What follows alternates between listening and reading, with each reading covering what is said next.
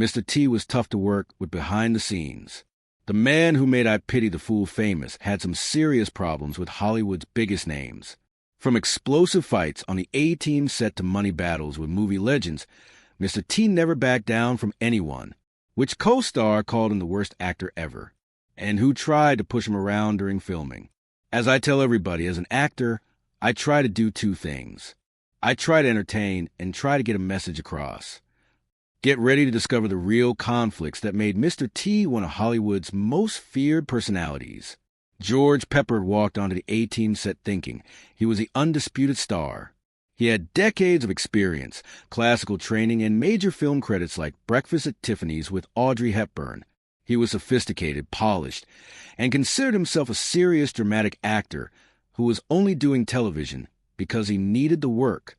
When the show started in 1983, Pepper expected to be the clear leader both on screen and off. After all, he played Colonel John Hannibal Smith, the mastermind behind the team's operations. But something unexpected happened that changed everything.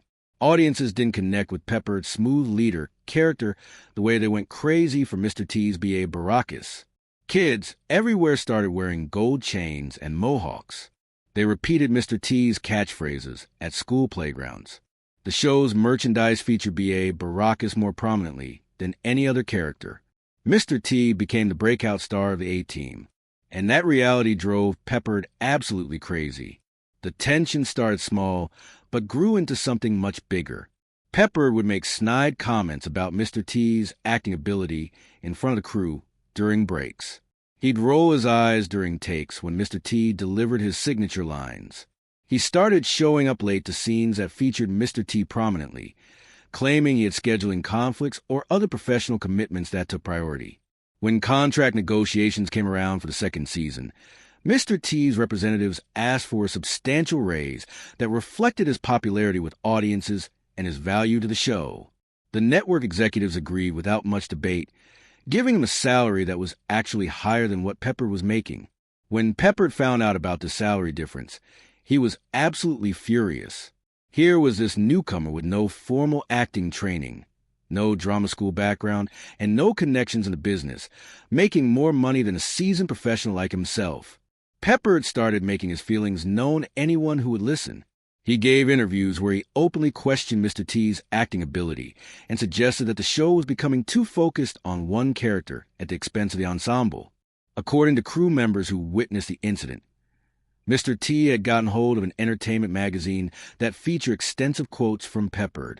In those quotes, Peppard called Mr. T not a real actor and suggested he was the worst performer on the show who was ruining the quality of the production. Mr. T didn't handle criticism quietly or diplomatically. He marched straight to Peppard's trailer with a magazine in his hand, his face showing the kind of anger that made people step out his way. What happened next became legendary among everyone working on the show and was talked about for years afterward. Mr. T stood outside Peppard's trailer and read the insulting quotes out loud in his booming voice, making sure everyone on the set could hear exactly what had been said about him. He demanded that Peppard come out his trailer and explain himself face-to-face like a man instead of hiding behind magazine interviews and anonymous complaints to reporters. Peppard refused to come out. He stayed locked inside his trailer, while Mr. T called him out in front of the entire cast and crew. It was humiliating for someone of Peppard's stature and experience, but also showed everyone exactly where the power dynamic stood. Mr. T wasn't going to be pushed around by anyone, no matter how famous they were or how long they'd been in the business. From that day forward, the two men barely spoke to each other unless the cameras were rolling, and they had no choice.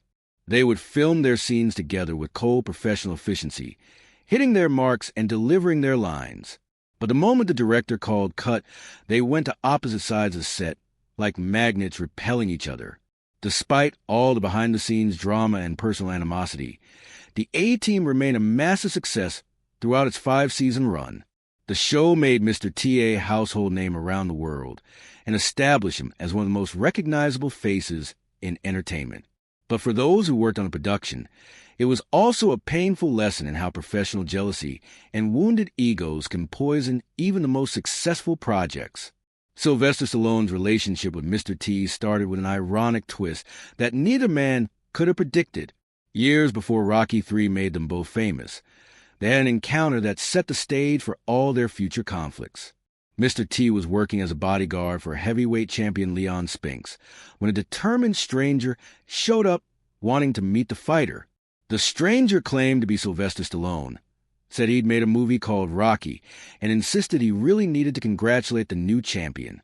Mr. T had never heard of Rocky or Stallone. To him, this was just another guy with a story trying to talk his way past security. So, he did what he was paid to do. He blocked the door and said no. Stallone tried to explain who he was and how important the meeting would be, but Mr. T wasn't budging. His job was to protect Leon Spinks, not worry about hurting some stranger's feelings. The conversation got heated with Stallone insisting he was somebody important and Mr. T making it clear that he didn't care who this guy thought he was. Years later, when Stallone was developing Rocky III, he remembered that encounter with the intimidating bodyguard who couldn't be pushed around. He needed an antagonist who could believably threaten Rocky Balboa, someone who looked like he could actually hurt the Italian stallion in the ring. More importantly, he needed someone with that special quality that made audiences believe he was truly dangerous. When Stallone's people tracked down Mr. T and offered him the role of Clubber Lang, it seemed like a perfect match. But Mr. T's transition from bodyguard to movie star wasn't as smooth as anyone expected. He had no formal training, no experience on movie sets, and no understanding of how the film industry worked. Stallone had mapped out every punch, every movement, and every camera angle with military precision. He needed the actors to hit their marks exactly, so the fights would look convincing without anyone getting seriously injured. Mr. T understood the safety requirements, but he felt that some of the choreography made Clubber Lang look weak or hesitant. During one particularly intense training scene, Mr. T stopped in the middle of a take and told Stallone directly that Clubber wouldn't move that way. He demonstrated what he thought the character would do instead, throwing punches with a different rhythm and a more aggressive stance. His suggestions were actually good from a character perspective, but they completely disrupted Stallone's carefully planned choreography. Stallone found himself caught between respecting Mr. T's natural instincts and maintaining control over his own movie. He knew that Mr. T's authentic presence was one of the film's biggest assets, but he also couldn't let an inexperienced actor take over the directing process. The conversation that followed was tense and professional, with both men trying to find a way forward. The solution involved more rehearsal time and detailed discussions about each scene before filming began. Stallone would explain his overall vision for the sequence, and Mr. T would offer suggestions for how Clubber might react differently. Sometimes they filmed multiple versions of the same scene to see which approach worked better in the editing room. This collaborative process improved the final product, but also slowed down production and increased the film's budget significantly. Other actors on set noticed that Mr. T was getting more input into his scenes than most newcomers would ever expect. Some saw it as Stallone recognizing genuine talent, while others wondered if the director was losing control of his own movie. Stallone expected to be the primary focus of interviews and publicity events, just as he had been for the previous Rocky films. But reporters and audiences were fascinated by Mr. T's larger-than-life personality and his memorable catchphrases that were already becoming part of popular culture. Interview segments that were supposed to focus on Stallone's return as Rocky often became dominated by Mr. T's colorful responses to questions. Entertainment shows wanted to hear Mr. T talk about his background, his philosophy, and his predictions for upcoming fights.